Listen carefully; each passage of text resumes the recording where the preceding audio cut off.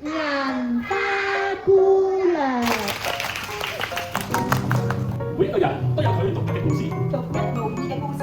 哇！呢度好靚啊！我哋認真寫一，就教我哋用頭板游水，不過好可惜，我一食咗飯，我成日就會請你食雪糕啊！紅綠綠嘅花，乜嘢類型都有。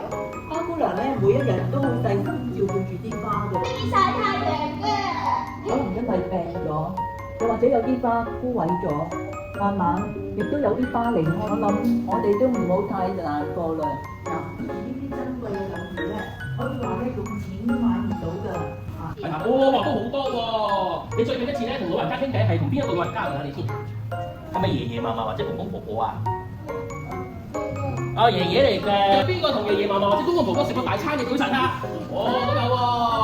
咁啊，有想同佢傾下偈，但係我又唔識佢喎，咁我可以點樣開始咧？咁公公你中意食乜嘢啊？啊，我啊中意食麥當勞。哇，麥當勞咁多樣嘢食，你最中意食邊樣啊？我啊最中意食麥樂雞肉餐。